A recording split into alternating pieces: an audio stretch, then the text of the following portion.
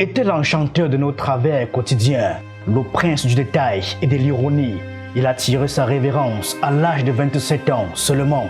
Mince, de qui parles-tu? Je parle de Blaise Calabar, de son vrai nom, Blaise Defo-Fosso, jeune humoriste camerounais. Blaise Calabar n'est plus? Seigneur, que s'est-il passé?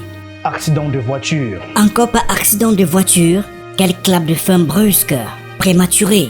Oui, c'est un départ vraiment précipité pour cet observateur amusé de nos petits travers et de nos rêves démesurés. Pourtant ce garçon est né avec l'humour dans le sang. Il commence son art tout petit à l'école primaire, puis au lycée. Il décide de s'investir véritablement dans l'art théâtral.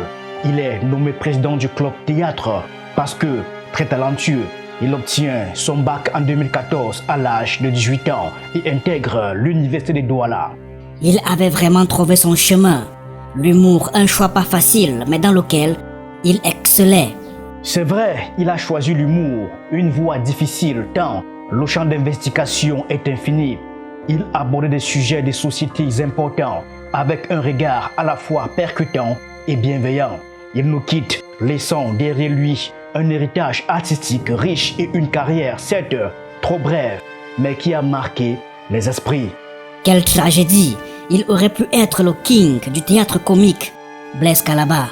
Ah oui, il tutoyait déjà les sommets dans ce domaine.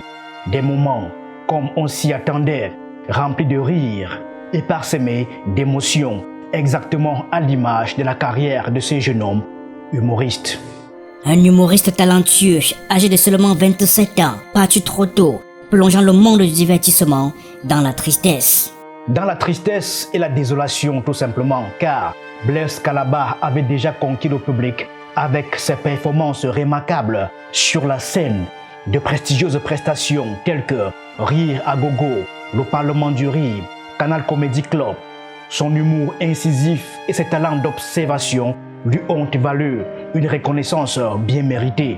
Un talent comme lui ne peut pas exister sans reconnaissance quand même.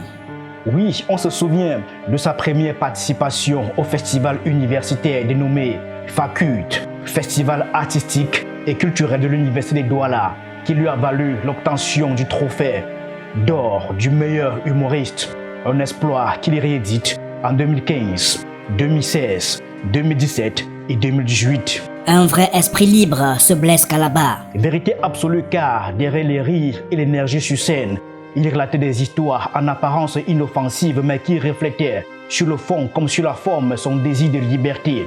Subtil, ces histoires méritent une écoute attentive. Il était aussi très engagé sur scène. Oui, à chaque fois, Blaise Calabar promettait un style brûlant et aiguisé pour disséquer les grands défis de notre époque.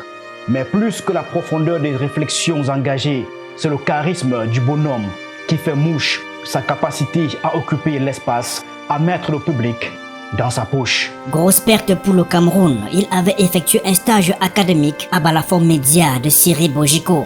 Et il était presque personnel de Balafon TV. Hélas, c'est désormais du haut du paradis des rois de l'humour camerounais qu'il restera pour l'éternité. Blaise Calabar laisse plusieurs œuvres, de nombreuses prestations et des milliers de sourires sur les lèvres. Une seule chose est sûre, le plus beau film qu'il a réussi, c'est le film de sa vie. Rest in peace. C'est toujours comme ça.